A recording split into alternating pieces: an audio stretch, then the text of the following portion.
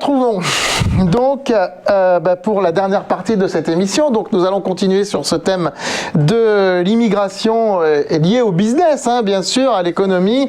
Nous allons parler du livre pour cette rubrique L'Instant littéraire de Lamia Amou qui s'appelle Immigration, mon amour. Donc avec cette superbe couverture dessinée par notre directeur artistique Johan Laurent Rouault chez JDH Éditions. Donc puisque Lamia vient de publier ce livre que vous pouvez trouver en vente sur Amazon, à la Fnac, chez Cultura et bien sûr sur le site JDH Éditions et chez votre libraire préféré. Il suffit de donner le nom du livre. Donc Lamia, Immigration mon amour, parlez-nous un petit peu de ce livre, la jeunesse de ce livre, qu'est-ce qui vous a donné envie de faire ce livre et les messages que vous voulez, que vous souhaitez transmettre à travers ce livre. Très bien, merci beaucoup. Mais en fait, le livre, c'est l'histoire de ma vie, tout simplement. Il est en trois parties. Il y a une première partie qui retrace mes 23 années au Maroc, avec tout mon parcours, mes réussites, mes échecs, etc. La deuxième partie, c'est mon parcours en France. Et la dernière partie, c'est vraiment un échange à cœur ouvert avec l'écrivain, parce que ce livre, il a bien un écrivain. C'est pas moi qui l'ai écrit mot à mot. C'est un échange où j'ai raconté toutes les choses. Je suis plus une scientifique technique, donc j'ai eu la chance d'avoir le directeur littéraire de la maison d'édition qui m'a accompagnée sur ce travail. Qui est aussi le directeur artistique qui a fait la couverture. Et qui a fait la couverture. D'ailleurs, la couverture, elle représente tout à fait l'étoile du Maroc, du drapeau du Maroc, et puis la Tour Eiffel de l'autre côté, avec une femme qui fait un parcours qui représente un peu mon parcours d'immigré dans ce pays. Et pourquoi immigration mon amour? Parce que le mot amour, moi, c'est quand on dit immigration choisie, il y a le pays choisit ses immigrés, mais par moment, il y en a plusieurs qui ont choisi le pays, pas par besoin ou dépit économique, mais vraiment par amour. Moi, c'est une histoire d'amour. Arrivée à Paris, à l'aéroport d'Orly, j'avais un petit sac d'antidépresseurs et c'était incroyable parce que j'avais vécu des choses un peu difficiles avant. Et j'étais venue pour un business, donc j'étais venue pour faire du pressage de CD-ROM d'un marché que j'avais gagné avec le ministère de l'Intérieur au Maroc. Et arrivée à l'aéroport, l'odeur d'Orly, quelque chose se passe, une illumination, un baume au cœur, et je jette le sachet de médicaments dans la poubelle à la sortie du terminal. J'avais une conviction profonde que j'étais chez moi, c'était incroyable, du déjà vu, des murs déjà vus, des gens déjà vus, et surtout un sentiment d'amour, un sentiment de paix incroyable. J'ai jeté ces sachets dans la poubelle et j'étais convaincue que c'est parti, que j'allais vivre quelque chose. Mais ces sentiments-là ne mènent pas forcément toujours vers une immigration. Moi, si je prends mon exemple personnel par rapport à ce que vous dites, je vais vous dire un truc. Dans ce que vous venez de dire, je me reconnais tout à fait. Quand je suis allé aux États-Unis, je me suis senti chez moi, comme si ce pays, j'y avais vécu, comme si... Et pourtant, je n'y ai fait que des vacances. Mais c'est un pays qui me fait rêver, néanmoins. Mais je vais vous expliquer ce qui s'est passé, parce qu'avec ne partons pas sur les vies antérieures et tout ça. On est sur une émission économique. Avec l'écriture, je me suis rendu compte d'une chose. C'est simple, c'est une question d'alignement. On parlait tout à l'heure de l'immigration choisie. Une immigration choisie dans les deux sens. En tout cas, pour moi, j'appellerais ça une immigration réussie ou une immigration amoureuse. C'est-à-dire, vraiment, on est dans l'amour. Une immigration amoureuse. C'est pas mal. C'est-à-dire que je suis dans le pays parce que j'aime ce pays. Et ce pays m'aime parce qu'il me donne. Donc c'est vraiment un donnant-donnant dans les gens. Et qu'est-ce que vous dites par rapport aux gens qui ne vous aiment pas, du fait que vous soyez d'origine immigrée? C'est être aligné. Alors, je vais répondre à votre question, mais je finis juste mon propos. C'est quand on se sent aligné avec quelque chose dans le pays. Et moi, je me suis tout de suite sentie alignée avec une chose importante qui est, les valeurs de la République. Les trois les trois lignes, les trois mots importants, liberté, égalité, fraternité, c'est les trois mots qui portent la France, d'accord, qui portent les Français. Et je l'ai senti quand j'ai atterri. C'est-à-dire que, d'abord, moi je fume, je suis sortie à l'extérieur de l'aéroport, j'ai allumé ma cigarette, personne ne me regardait, alors que dans mon pays d'origine, une femme fumer à l'extérieur dans la rue, c'est quelque chose qui ne se fait pas. Donc liberté, égalité, on est tous égaux, mais vraiment, et je l'ai senti, le sentiment d'égalité arriver en France, et et fraternité. Il n'y a pas de sentiment qui est opposé à la fraternité que j'ai ressenti. Mais vous n'avez pas l'impression que la liberté se restreint d'année en année dans ce qu'on peut dire, dans ce qu'on peut faire? Alors on ne parle pas de la crise sanitaire où on a eu des restrictions de liberté énormes, bon c'est à travers le monde entier, mais en France en particulier sur certaines choses. Mais au-delà de ça, quand on voit des propos alors je ne veux pas rentrer trop sur le terrain politique, mais des propos d'écologistes ou des propos même par rapport aux gens qui sont au pouvoir actuellement, on n'a plus le droit de dire les choses comme si, on n'a plus le droit, même dans la littérature, même la liberté se restreint. Il faut changer des titres de romans qui avaient été publiés il y a 40 ans parce qu'aujourd'hui c'est pas bien, c'est raciste, etc. Est-ce que vous n'avez pas l'impression que cette liberté qui fait le slogan entre guillemets de la France, je parle en termes très entrepreneuriaux, la baseline en quelque sorte, je m'exprime en termes très entrepreneuriaux, est-ce que vous n'avez pas l'impression qu'elle se restreint toute cette partie liberté? Non. Quant à la fraternité, est-ce qu'elle existe encore, franchement, quand on voit les clivages qu'il y a dans le pays et qui s'amplifient de plus en plus, les meurtres qu'il y a chaque jour, qui ne sont pas forcément racistes ou racialistes ou autres, mais non, j'en parle dans le livre. Est-ce qu'il ne reste pas que l'égalité sur les trois aujourd'hui, justement, qui est en train de tuer les deux autres? Les trois existent. Très brièvement quand même, parce qu'on se rapproche de la fin de l'émission, mais allez-y tous les deux. Les trois existent. Pour moi, je vais être très très bref pour laisser, parce que Stéphane est beaucoup plus expert là-dessus et il saura mieux répondre que moi, mais la liberté, moi, c'est quelque chose dans mon éducation qui part d'un principe. Ma liberté s'arrête à la limite des droits des autres. Donc, j'empiète pas sur ton droit.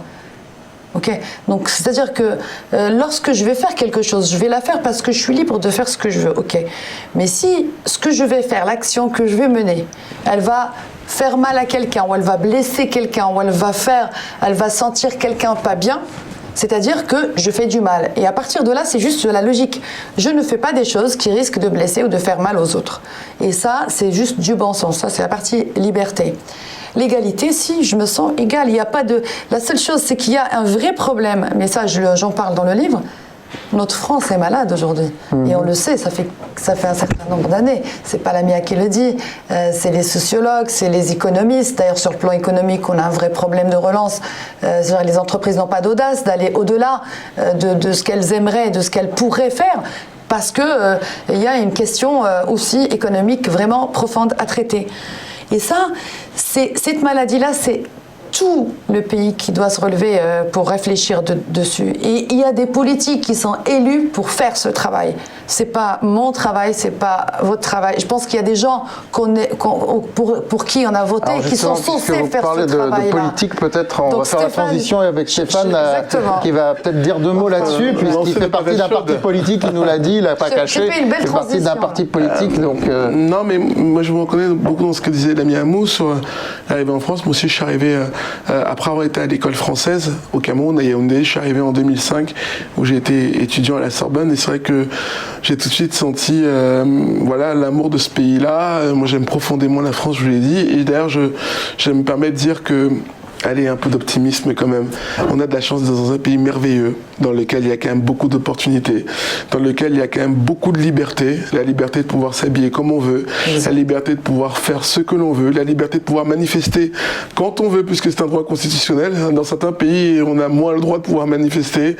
On a même souvent des dérives. Ici, on a vu des manifestations où les gens se battent avec la police. Dans d'autres pays, on sait qu'on n'a pas le droit de faire ce genre de choses. Donc, on a la chance dans un pays magnifique, dans lequel il y a des libertés liberté. Et vous savez même, aujourd'hui, je trouve que, alors je vais être taquin un peu, on assiste même aujourd'hui à du racisme banalisé. C'est-à-dire qu'aujourd'hui, maintenant, les gens peuvent se permettre de dire telle ou telle chose en fonction de la couleur de peau de telle ou telle. C'est-à-dire que même la liberté de pouvoir... Voilà, aujourd'hui, il y a même des gens qui sont racistes et qui disent qu'ils sont racistes. Avant, ils ne le disaient pas. C'est-à-dire que même dans cette liberté de ton, les gens ont cette liberté de pouvoir dire les choses et on peut débattre avec eux sur telle ou telle chose. Moi, je crois beaucoup en l'égalité, mais plutôt l'égalité des chances. Et c'est ça qu'on nous a ici, c'est l'école de la République qui permet de dire que n'importe qui, peu importe de la famille dans laquelle il peut issu, peut y arriver. On a mis en place notamment les internats d'excellence, les bourses au mérite. Voilà, cette école qui est vecteur d'ascenseur social, moi c'est cette école à laquelle je crois. Et sur la fraternité, oui, il y a des choses à faire, bien sûr. La France est malade aujourd'hui, il faut le dire, parce qu'on est un pays dans lequel on a quand même beaucoup d'attentats, il y a des meurtres, on a des prêtres qui sont égorgés, il y a beaucoup de sujets. Mais moi, justement, je vais me démarquer un peu. Moi, aujourd'hui, je ne crois plus au vivre ensemble. Parce que je considère que vivre ensemble, ça veut dire qu'on fait vivre quelqu'un à côté de quelqu'un d'autre. Et ça ne marche plus aujourd'hui. C'est pour ça que la société ne marche plus aujourd'hui. C'est d'ailleurs parce qu'on dit toujours, pardon et je termine, je ne vais pas être très long, mais on dit toujours qu'aujourd'hui les réseaux sociaux ont fait que les gens communiquent beaucoup. Et moi je trouve que c'est l'inverse. Les gens communiquent beaucoup moins. Parce qu'ils sont beaucoup plus connectés et moins connectés les uns avec les autres. Et ben nous, on s'est dit quelque chose. Et si au lieu de faire se vivre ensemble, et c'est pour ça que j'ai beaucoup apprécié Lamia quand j'ai rencontré, et je me suis dit, ben voilà, partons de vivre ensemble qui ne marche plus aujourd'hui. Mais si on décidait de faire quelque chose ensemble, pardon de le dire Jean-David, faire ensemble, c'est-à-dire que chacun investit quelque chose pour faire avec quelqu'un en apprenant sa culture, ses idées, ses valeurs et en partageant quelque chose en commun. Et moi je pense que si on arrive aujourd'hui à non plus dire chacun vit de son côté, mais on fait quelque chose ensemble, en faisant un bout de chemin ensemble, et ben on pourra recréer cet esprit de fraternité. Et je terminerai en disant que moi j'aime beaucoup le sport, je suis passionné par le football particulièrement, et je pense que le sport a ses valeurs d'ailleurs d'égalité des chances et de méritocratie, et je suis aussi pas mal de conseils sur le foot féminin. On a des joueuses comme Ketia Soudiani, une fille issue des quartiers qui est devenue aujourd'hui la meilleure joueuse du Paris Saint-Germain. C'est ça la méritocratie républicaine. Et je voulais juste te dire que vous voyez là en ce moment on vit un championnat d'Europe. On a vécu il y a 2 ans la Coupe du Monde.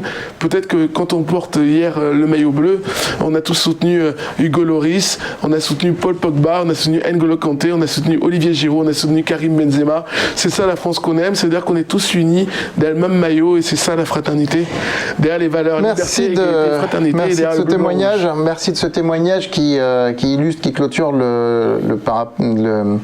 ce discours par rapport au livre de Lamia.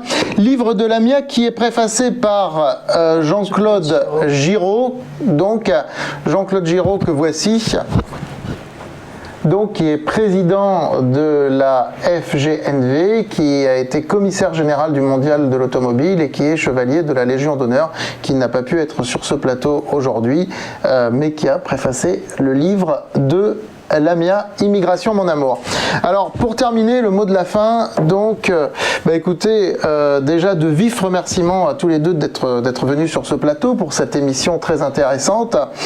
Et puisque nous terminons donc sur l'instant littéraire, hein, nous sommes dans la rubrique l'instant littéraire, nous avons parlé du livre de Lamia Amou, je voudrais conclure en disant que JDH Éditions vient de publier ce mois-ci 1984 de George Orwell avec notre propre traduction française, puisque George Orwell est rentré dans le domaine public cette année, mais la traduction française qu'il y avait n'est pas publique, elle est propriété de l'éditeur qui l'a édité. Donc nous avons traduit ce monument que j'ai moi-même préfacé.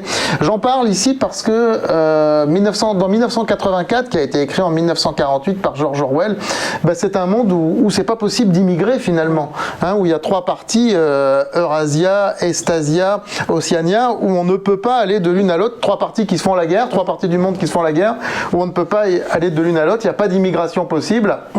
Le langage a été réinventé et on voit la catastrophe qui est celle d'un monde en définitive sans immigration. Donc 1984 de George Orwell, version JDH édition, qui est en vente partout, sur toutes les librairies et bien sûr sur la boutique JDH Édition.